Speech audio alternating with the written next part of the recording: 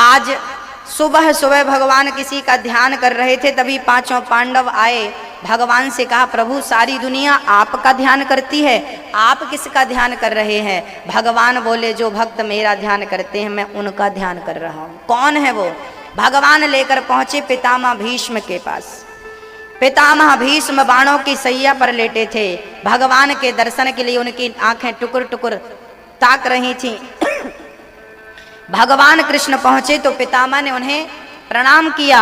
भगवान कृष्ण ने कहा पांडवों को उपदेश दे दो पितामह। पितामह ने कहा अर्जुन तुम ये मत समझना कि तुमने महाभारत जीता है, महाभारत तो कृष्ण की कृपा से तुमने जीता है, और जीवन में कभी पाप मत करना। मैं तुम्हें, तुम राजा बनने वाले हो, युधिष्ठिर तुम राजा हो, मैं तुम्हें उपदेश कर रहा हूं, जीवन में कभी बुरा मत करना, बुरा होते मत देखना। जब ये बात पितामह भीष्म के मुंह से निकली ना तो द्रौपदी ठहाका मार के हंसने लगी। कन्हैया बोले द्रौपदी मैं उपदेश कर रहा हूं और तुम हंस रही हो। द्रौपदी बोली पितामह भरी सभा में मेरी लाज लुट रही थी, सबसे आगे आप बैठे थे, मैंने आपको बुलाया भी था, मैंने आपको बुलाया भी था, पर आपने तो चुप्पी साध ली। कहां आए थे आप? कहां थे आप? ज्ञान दे रहे हो बुरा मत करना, मेरे साथ बुरा हुआ, तब आपको यह ज्ञान नहीं था क्या? द्रौपदी ने कहा वो तो मेरे द्वारिकाधीश ने मेरी लाज ना बचाई होती तो आज मैं किसी को मुंह दिखाने के योग्य ना होती। द्रौपदी ने जब कोई नहीं आया तब किसे बुलाया था? एक सज्जन हमसे बोलने लगे महाराज जी पहले द्रौपदी ने भगवान को बुलाया था तो भगवान ने आकर उसकी रक्षा करी थी, आज भी बहुत सारी बहन बेटियों की लाज लुटती है, आज भगवान क्यों नहीं आता?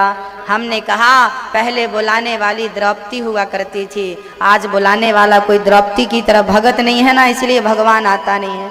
बुलाने वाला कोई कौन कहता है भगवान आते नहीं? द्रौपदी की तरह तुम बुलाते नहीं, द्रौपदी तो बनो। कौन कहता है भगवान नाचते नहीं? गोपियों की तरह तुम नचाते नहीं। कौन कहता है भगवान खाते नहीं? माँ यशोदा की जैसे खिलाते नहीं। नारी बीच साड़ी है, साड़ी ही की नारी है कि नारी ही की साड़ी है, साड़ी ही की नारी है कि नारी ही की साड़ी है, कि साड़ी ही की नारी है कि नारी ही की साड़ी है। अब द्रौपदी ने कहा मूर्ख, ना साड़ी बीच नारी है, ना नारी बीच साड़ी है, ना साड़ी ही की नारी है, ना नारी ही की साड़ी है, ये तो वृंदावन विहारी है जो चीर बनकर खिंचा जा रहा है, खिंचा जा रहा, तुझे नजर नहीं आ रहा। जब द्रौपदी की साड़ी भगवान ने बढ़ाई तो उस समय भगवान को केवल दो लोगों ने देखा था, एक तो द्रौपदी ने दर्शन किए गोविंद के और दूसरे पितामह भीष्म ने दर्शन किए थे। भक्तों इसलिए मैं आपसे प्रार्थना कर रहा हूं दुनिया वालों पे भरोसा मत करना, भरोसा करना ही है तो गोविंद पे भरोसा करना। दुनिया वाले तो आपके भरोसे को यूं तोड़ देते हैं, एक कृष्ण है जो भक्त के सच्चे विश्वास को कभी टूटने नहीं देता, एक कृष्ण है जो भक्त के विश्वास की रक्षा करता है। बताइए प्रहलाद के लिए भगवान कहां से निकले थे? खंबे से निकले थे। प्रहलाद ने कह दिया था कि हाँ इस खंबे में भगवान है। हिरण्यकश्यपु को यकीन नहीं था, प्रहार किया तो पत्थर का खंबा टूट गया, और जब खंबा टूटा तो कहीं भक्त की बात मिथ्या ना हो जाए, इसलिए भक्त के वचन को सिद्ध करने के लिए भक्त ने कहा था इस खंबे में भगवान है, और नहीं निकलते तो भक्त का वचन मिथ्या हो जाता है। भगवान अपनी प्रतिज्ञा तोड़ सकते हैं पर भक्त की प्रतिज्ञा कभी नहीं तोड़ सकते। भक्तों भगवान भक्त से बहुत प्रेम करते हैं, हम प्रेम करें तो सही, हम विश्वास ही नहीं करते, हम प्रेम ही नहीं करते। पहले प्रेम करो, पहले विश्वास। पितामह को ज्ञान मिला, पितामह का शरीर पूरा हुआ, उनके प्राण निकलकर भगवान के चरणों में समा गए। पितामह का अंतिम संस्कार हुआ और भगवान श्री कृष्ण अब द्वारिका जाने लगे। कुंती बुआ जब भगवान द्वारिका गए, वहां से भगवान को बड़ा सम्मान लोगों ने किया और भगवान के जाने के बाद परीक्षित का जन्म हुआ। परीक्षित का जन्म हुआ और धृतराष्ट्र और गांधारी को विदुर जी महाराज ने वनवास की ओर भेजा कि अब तो तुम शर्म करो। धृतराष्ट्र और गांधारी ना घर से निकल नहीं रहे थे। विदुर जी ने कहा तुम्हें लज्जा नहीं आती? जिन पांडवों को तुमने मारना चाहा था आज उसी भीम का दिया हुआ टुकड़ा खाते हो, तुम्हें शर्म नहीं आती? गांधारी और धृतराष्ट्र बोले विदुर मैं क्या करूं तुम बताओ। विदुर जी ने कहा जाओ अंत समय आ गया है, भजन करो। गंगा के किनारे अनशन करके दोनों ने प्राण त्यागा है और भगवान परीक्षित से मिलने आए हैं। जब भगवान पूरी लीला को समाप्त करके धराधाम छोड़कर गए हैं तब भगवान श्री कृष्ण 125 वर्ष की लीला पूरी करके जब भगवान धराधाम से जाने लगे तब भगवान के जाते ही युधिष्ठिर जी महाराज पांचों पांडव परीक्षित को राजा बना के स्वर्गारोहण के लिए निकल पड़े। कलयुग के पहले राजा बने हैं श्री परीक्षित। एक दिन परीक्षित जी अपने नगर का भ्रमण करने गए तो वहां एक अपशगुन देखा। एक गाय और एक बछड़ा। गाय का बुढ़ापा था, बछड़े के 3 पैर टूट चुके थे, एक पांव से बछड़ा खड़ा था। ये बछड़ा कौन है और ये गाय कौन है? बोले पृथ्वी ही गाय का रूप बनाकर खड़ी है। पृथ्वी ही गाय का रूप बनाकर खड़ी थी और ये धर्म ही बैल बन केवल एक पांव बचा था। धर्म के 4 चरण हैं, सत्य, दया, दान और तप। कलयुग में 3 पैर टूट चुके, सत्य, दया और तप, केवल एक पांव बचा है। ये निकेन विधि दीन दान करे कल्याण, दान। इसलिए नंदी जी महाराज के एक पांव दिखता है, 3 पांव नजर नहीं आते, क्योंकि कलयुग में धर्म का एक ही चरण बचा है। राजा परीक्षित ने देखा कोई काला आदमी कलयुग मार रहा था गाय और बछड़े को। राजा परीक्षित ने अकड़ करके कहा मूर्ख कौन है तू, मेरी गाय और मेरे बछड़े को मार रहा है। तब वो चरणों में आकर बोला महाराज जी मेरा नाम कलयुग है, महाराज जी मुझे रहने की जगह दे दो। कलयुग ने रहने की जगह मांगी तो राजा परीक्षित ने कलयुग से कहा मैं क्यों जगह दूं तुम्हें रहने की, तुम में गुण क्या है? तब कलयुग ने कहा मैं बहुत बुरा हूं पर मुझ में एक अच्छाई है। अच्छा मैया जी कलयुग अच्छा है कि बुरा है? कहो। कलयुग अच्छा है इसका समर्थन कौन कौन करेगा? और कलयुग बुरा है इसका समर्थन कौन कौन करेगा? हाथ उठा के समर्थन करना होगा। कलयुग अच्छा है इसका समर्थन करो जो करना चाह रहे। कलयुग बुरा है इसका समर्थन करो। तो अच्छा भी नहीं हो बुरा भी नहीं तो क्या है? हैंग हो गया क्या कलयुग?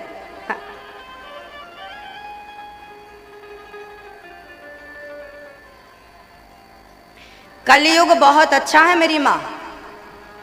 मैया ओ मैया कलयुग ना बहुत अच्छा है। कलयुग में अच्छाइयाँ ये हैं कि सतयुग त्रेता द्वापर में जो गति यज्ञ करने से, जप करने से, तपस्या करने से मिलती थी, समाधि लगाने से मिलती थी, वही गति कलयुग में केवल भगवान नाम लेने से मिल जाती है। इसलिए कलयुग केवल नाम आधारा, सुमरि सुमरि नर उतरहि।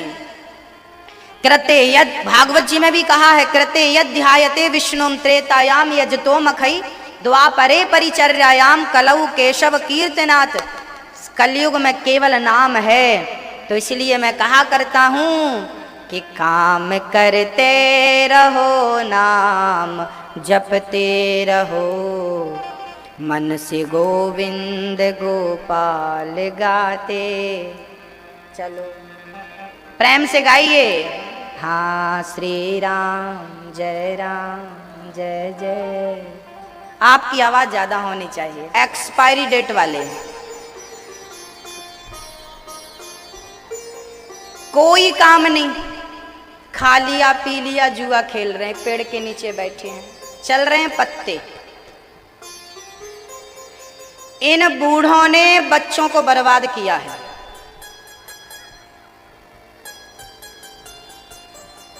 हमारे देश के बच्चे बर्बाद नहीं हैं, हमारे देश के बूढ़े बर्बाद हैं। बताओ बूढ़ों ने जुआ ना खेला होता तो बच्चों को शिक्षा मिलती जुआ की? और कई बुढ़े तो ऐसे होते हैं जवान जवान बच्चों को बिठाते हैं पास में, आओ बेटा बैठो। और बैठा करके ना उनको जुआ खिलाते हैं, सिखाते हैं। अरे वो तुम्हारा बेटा भले ही नहीं है पर किसी का बेटा तो है। किसी के बच्चे की क्यों जिंदगी तुम बर्बाद कर रहे हो बुढ़ापे में? पाप लगेगा, नरक जाओगे। अब कौन समझाए बुढ़ों को? इसलिए हम कहते हैं जो ज्यादा जुआ हुआ खेला इनको डंफर में भरो, सीधे हरिद्वार छोड़ के आओ। जुआ खेलने से आने वाली युवा पीढ़ी बिगड़ रही है। तुम्हारा क्या है, तुम तो साल 2 साल बाद मर जाओगे, पर बच्चों की तो पूरी जिंदगी तुम बर्बाद करके चले गए। पत्नी कहती है गुरुजी पति दिन भर जुआ खेलता है, पूरा पैसा मंगलसूत्र तक बेच दिया। अब बताओ किसी का घर उजड़ गया तो यदि जुआ खेलने के संस्कार ना बने होते तो ये दुर्दशा क्यों होती समाज की? एक बूढ़े आदमी जुआ खेल रहे थे। हमने कहा दादाजी क्या कर रहे हो? महाराज जी ये जुआ नहीं है, टाइम पास कर रहे हैं। हमने कहा लो इस उम्र में भी टाइम पास कर रहे हो? अरे अब तुम टाइम पास क्या करोगे, अब तो टाइम खुद तुम्हें पास करने वाला है। अब तुम क्या टाइम पास करो? अब बुढ़ापा आ गया, मौत सिर पे नाच रही हो, तुम अभी भी बुढ़ापे में टाइम पास कर रहे हो। जुआ ना खेलो तो बुढ़ापे में क्या करें? बोले मंदिर पे बैठो, कहीं भी बैठो और कीर्तन किया करो, श्री राम जय जय राम, हरे राम राम राम हरे हरे, हरे कृष्णा कृष्णा कृष्णा हरे हरे। कीर्तन करो, बच्चों को सत्संग में लाओ, कीर्तन में लाओ, संस्कार बनेंगे। आजकल के दादा बिगड़ गए इसलिए बच्चे बिगड़ गए। पहले के जो दादाजी हुआ करते थे ना, हमारे दादाजी हमें तो उंगली पकड़ के ले जाते थे मंदिर और हमसे कहा करते थे चलो शंकर जी को जल चढ़ाओ, शालिग्राम भगवान को जल। जब हम कुछ नहीं जानते थे, ना भगवान को, ना पूजा को, ना पाठ को, तब हमारे दादाजी हमसे शालिग्राम भगवान की पूजा करवाते थे। तब हमारे दादाजी हाथ में लोटा दे करके और कहा करते थे तुलसी में पानी डालो, सूर्य भगवान को जल चढ़ाओ। यदि ये संस्कार बचपन से ना मिले होते तो आज हम भी कहीं बैठे जुआ खेल रहे होते, हम भी आज किसी जुआड़ी के साथ जुआ खेल रहे होते, शराबी के साथ शराब पी रहे होते, नशेड़ी के साथ नशा कर रहे होते। संस्कार बचपन में दिया है बुजुर्गों ने, इसलिए आज हम यहाँ पर हैं। आपके बच्चे भी अच्छी जगह हों, इसके लिए आपको संस्कार देना पड़ेगा, संस्कार आपको बनाने पड़ेंगे। इसलिए पहले के दादाजी रामचरितमानस पढ़ते थे। हमारे गांव के बूढ़े लोग जिनको पढ़ना नहीं आता था उनको पूरी रामचरितमानस याद थी। आपके गांव में भी बूढ़ों को होगी, बहुत सारे बूढ़ों को। सारे बूढ़े बेकार नहीं होते, बहुत बूढ़े तो अच्छे भी होते हैं जो हमेशा अच्छी बातें करते हैं, और कुछ बूढ़े होते हैं जो गंदी चीजों से जुड़े। कलयुग का पहला ठिकाना जुआ और दूसरा ठिकाना पानम। यदि आपके गांव में कोई जुआ खेलने वाला है तो समझ लेना कि वहां कलयुग है। और दूसरा ठिकाना पानम बोले तो शराब, जहां शराब है वहां कलयुग है। कहा मैया? जहां शराब है। तो आपके यहाँ शराब है कि नहीं गांव में? अच्छा भैया जी, दादाजी, आप लोग शराब तो नहीं पीते? कोई जो नहीं पीता वो हाथ उठाए, जो नहीं पीता वो हाथ उठाएगा। दादाजी ओ सफेद गमछा उठा लो। हाँ दादाजी उठाओ। हाँ अब हाथ नहीं उठा रहे, हमें डाउट हुआ। उठाओ। जो शराब नहीं पीते आप बहुत अच्छे, मैं आपको प्रणाम करता हूँ, नमस्कार करता हूँ, धन्य है आप लोग। आप लोग शराब नहीं पीते, बुढ़ापे में आप लोग बच गए, इस पूरी उम्र पार कर दी, आप लोग बच गए। अब आप लोगों को एक काम दूं मैं, आप लोग अब नहीं पीते, अब उन लोगों को भी पकड़ो जो पीते हैं और उन लोगों से हाथ विनती जोड़ करके सहसे समझे समझाओ, उनसे कहो भैया तुम लोग शराब पीकर अपना घर मत तबाह करो, अपना घर मत बर्बाद करो। शराब पीने से किसी का घर बसता नहीं है, उजड़ता है। इसलिए शराब नहीं पीना चाहिए। कलयुग का तीसरा स्थान है द्यूतम पानम स्त्रिया, चरित्रहीनता। जहां चरित्रहीन स्त्री है, पुरुष है, वहां कलयुग है। जो व्यक्ति चरित्र से गिरा कि कलयुग ने उसे अपना गुलाम बनाया, वो व्यक्ति कभी सुखी नहीं होता, जो व्यक्ति अपने चरित्र से गिर जाता है। इसलिए हमारी चाहे माँ हो, चाहे बहनें हो, चाहे हमारे भाई हो, मित्र हो, मैं सबसे विनती करता हूँ अपने चरित्र का ख्याल रखिएगा। और ये चरित्र जो है ना, ये बहुत बड़ी पूंजी है। हाँ, कपड़े में दाग लग जाता है ना तो साफ हो जाता है, पर चरित्र पर दाग लग जाता है तो कोई साबुन बना ही नहीं जो चरित्र के दाग को धुल डाले। इसलिए राम चरित्र सुनवे को रसिया, राम लखन सीता मन बसिया। राम जी चरित्रवान थे, आपको भी बनना है।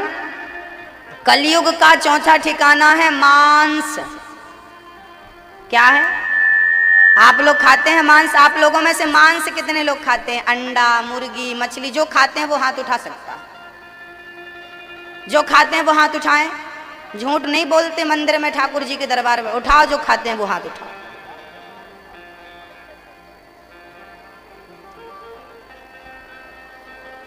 मांस खाते हो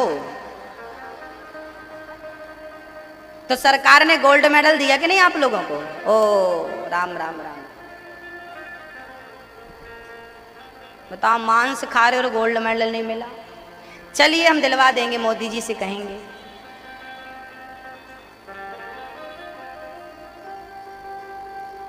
मांस क्यों क्यों? एक मैया से हमने पूछा, मैया तुम मांस क्यों खाती हो? महाराज जी, अच्छा लगता है। हमने कहा कि तुम अपने स्वाद के कारण किसी की हत्या करती हो। भाई, मुर्गी पहले जिंदा होती है फिर मर जाती है आपके स्वाद के लिए। तो किसी की हत्या करना अपने स्वाद के लिए कहाँ तक सही है, आप बताओ। हम तो वही खाते हैं जो हमारे भगवान को भोग लगता है। जो हमारे राम के काम का नहीं है वो हमारे भी काम का नहीं है। राम को जो भोग लगे वो हम खाएं, जो भोग हमारे राम को नहीं लगे वो हम।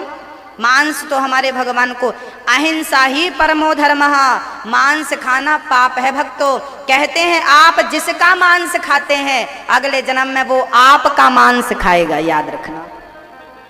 इसलिए मांस मत खाइए। अच्छा, मांस खाने वाले जो जानवर होते हैं ना, वो अपनी जिह्वा से पानी पीते हैं। मांस खाने वाले हैं बिल्ली, कुत्ता, शेर, चीता। ये कैसे पानी पीते हैं? जिह्वा से चाट चाट कर पानी पीते हैं। मांसाहारी जानवर ना जिह्वा से पानी पीता है, और जबकि बकरी, भैंस, गाय ये कैसे पानी पीती हैं? ये अपने मुंह से, अपने होठों से पानी पीते हैं, मुंह से पानी। अब आप लोग बताओ कि आप कैसे पानी पीते हो? चाट चाट करके कि मुंह से? तो आप लोगों के जो लक्षण हैं वो शाकाहारी के लक्षण है, मांसाहार के लक्षण नहीं है। शाकाहार ईश्वर ने खाने को दाल, चावल, सब्जी, रोटी, कितना बढ़िया बढ़िया बहुत कुछ बनाया है। भगवान की सेवा करो और जो भगवान को भोग लगे वो खाओ। पाप मत कमाओ, पाप मत लादो सिर पे। तो आज से आप लोग कसम खाओ कि हम मांस नहीं खाएंगे। कौन कौन मांस नहीं खाएगा आज के बाद? हाथ उठाओ, उठाओ। अच्छा, ये बहन जी खाएंगी? हाथ नहीं उठा रही हैं। पड़ोसन हाथ उठवा रही है, नहीं नहीं हम तो नहीं खाएंगे हम।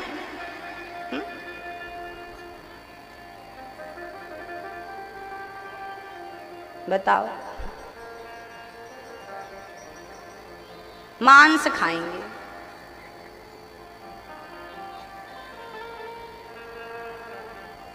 मुर्गी का मांस अच्छा लगता है, बकरे का अच्छा लगता है, मछली का अच्छा लगता है।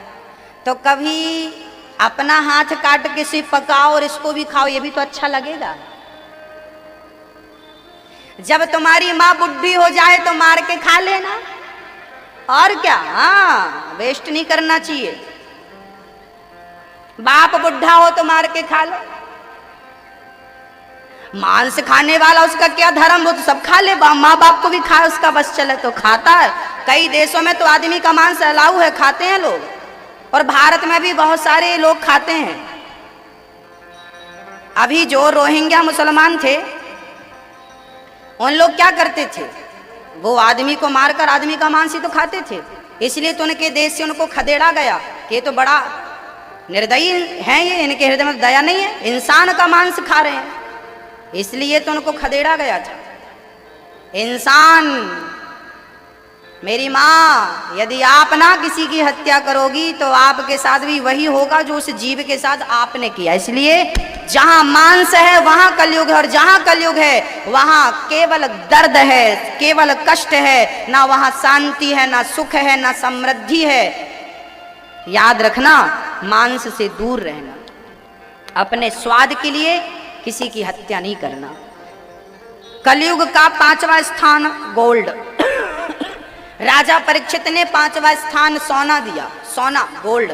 राजा परीक्षित के सिर पर मुकुट थी, वो सोने की थी। राजा परीक्षित की बुद्धि बिगड़ गई और राजा परीक्षित ने एक संत का अपमान, श्रृंगी जी, समीक जी का अपमान किया। समीक के गले में मरा हुआ सर्प डाला।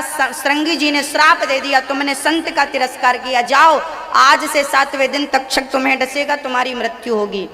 राजा परीक्षित को 7 दिन में मरने का श्राप लगा है। याद रखना 7 दिन में केवल राजा परीक्षित को नहीं, हमें और आपको भी मरना है, क्योंकि 8वां दिन होता ही नहीं है। सोमवार से रविवार तक गिनो कितना हुआ, 7। इन 7 में सोमवार को पैदा भय, मंगलवार को छुट्टी। ये हम सबकी जिंदगानी है, छोटी सी जिंदगानी है, बहुत कुछ करना है भैया कर लो। हाँ, तो 7 दिन की जिंदगानी। परीक्षित कह रहे हैं प्रभु 7 दिन में मरना है, मैं क्या करूं। सुखदेव, अच्छा राजा परीक्षित को पता चला कि मेरी मृत्यु सिर पे खड़ी है, मुझे मरना है, तो राजा परीक्षित ना घर द्वार छोड़कर गंगा के किनारे पहुंच गए। एक छोटी सी बात कह के आज की वाणी को पूरा करूंगा, क्षमा करना थोड़ा सा समय हो गया, बस अब 2 मिनट भी लगेंगे ज्यादा से ज्यादा। एक छोटी सी बात कह के वाणी को पूरा करूं। मरने के पहले घर छोड़ देना, आपसे बोल रहा हूं मैं, सबसे बोल रहा हूं। मरने के पहले घर छोड़ देना, घर में मत मरना, क्योंकि घर वाले मरने नहीं देते। अच्छा जब तुम घर पे मरोगी ना मैया और दादाजी, आप भी जब तुम मरने की स्थिति में होगे ना, तो घर वाले सबको फोन लगाएंगे, सुनो फलाने मर रहे हैं आ जाओ। फिर रिश्तेदार, गांव वाले दूर दूर से आएंगे। कई लोग तो रेलवे स्टेशन से रोते आते हैं, और कई लोग तो बस स्टैंड से, कई लोग तो फिर द्वार पे रोते हैं, जो जैसा। अच्छा, और रोने वाले तो ठीक है आ गए, अभी आदमी मरा नहीं। अच्छा जब आप लोग किसी के मरने में जाते हो ना, तो उसको हिलाते बहुत, भाई सब पहचानो। अरे राम राम राम, नहीं पहचानने लगता गया। जब आप मरने लगोगे ना, तो दुनिया वाले आपको भी हिलाएंगे, भैया पहचानो पहचानो। एक बार तो इतना हिलाया कि पूरे ही निपट गए बूढ़े आदमी, इतना जोर के हिलाया। और कई बार ना मरने के, जो आदमी मरता है ना, उसे देखने वालों की भीड़ लगती है। एक बार तो ऐसा हुआ कि देखने वाले बूढ़े आदमी के ऊपर गिर गए, और जब गिरे तो बेचारे वो निपट गए। लो ऐसी हालत हो। इसलिए मरने के टाइम आप लोग एकांत में रहिएगा। आदमी मरा नहीं और रोना चालू, अभी काहे रो रहे हो, मरा कहाँ है, मर तो जाने दो उसको। बड़ी विचित्र बात है। अरे जब तक मरा नहीं है तब तक कीर्तन करो। याद रखना मेरी माँ, आप लोग ना जाती हो, रोती बहुत हो, क्या होगा। मरने वाला तो मर रहा है और वो तुम्हें देखता देखता मरेगा, तो क्या होगा। बोले आप तो 13 दिन बाद उसके नाम के रसगुल्ले खाओगे, और उसका क्या, वो तो आपको देखता देखता मरा है ना, तो उसका 84 का चक्कर बिगड़ गया। यदि वो भगवान को देखता देखता मरता, भगवान का नाम लेता लेता मरता, भगवान की कथा सुनता सुनता मरता, तो उसका उद्धार निश्चित होता। पर वो आपको देखता देखता मरा है, तो उसका पतन हो गया, उसकी अधोगति हो गई। इसलिए मरने वाले आदमी के पास बैठकर रोया ना करो, बल्कि कीर्तन किया करो। हाँ, और एकांत में उसको लिटा दो, हाथ में तुलसी की माला दे दो, राम का चित्र सामने रख दो, और प्रेम से कीर्तन करो, श्री कृष्ण गोविंद हरे मुरारी, हरे सीताराम सीताराम सीता। कीर्तन राम राम सुन के मरेगा तो उसका उद्धार होगा। और मर जाए इसके बाद फिर रो लेना जितना दिल करे। अभी रो रो के क्यों उसकी जिंदगी तबाह कर रहे हो। 84 का चक्कर बिगड़ जाएगा आपके थोड़ी देर के रोने के चक्कर में। हाँ, इसलिए ना रोया ना करो किसी के मरने में। बच्चों को चाहिए कि तुम्हारे बूढ़े मर रहे हैं तो गाय का गोबर से आंगन को लीपो, उनको लिटाओ, कमरे में लिटाओ, भगवान का चित्र, मुंह में गंगा जल, तुलसी दल, ये सब डालो, और प्रेम से चुपचाप साइलेंट चुप रहो, कीर्तन करो। अभी प्राण निकलने वाले हैं, सीताराम सीताराम सीताराम। हमारे यहाँ उल्टा होता, जब आदमी मर जाता है कंधे पर रख लेते हैं, तब बोलते हैं राम नाम सत्य। अब किसे सुना रहे हो राम राम, जैसे सुनना था वो तो गया, जब तक था तब तक सुनाया नहीं, तब तक रो रहे थे दहाड़ मार मार के। मर गया तो कीर्तन कर रहे हैं, कौन समझाए। उल्टी से चल रहे हैं सब काम, इनको ट्रैक पे लाओ, सीधा करो। हाँ, कलयुग को राजा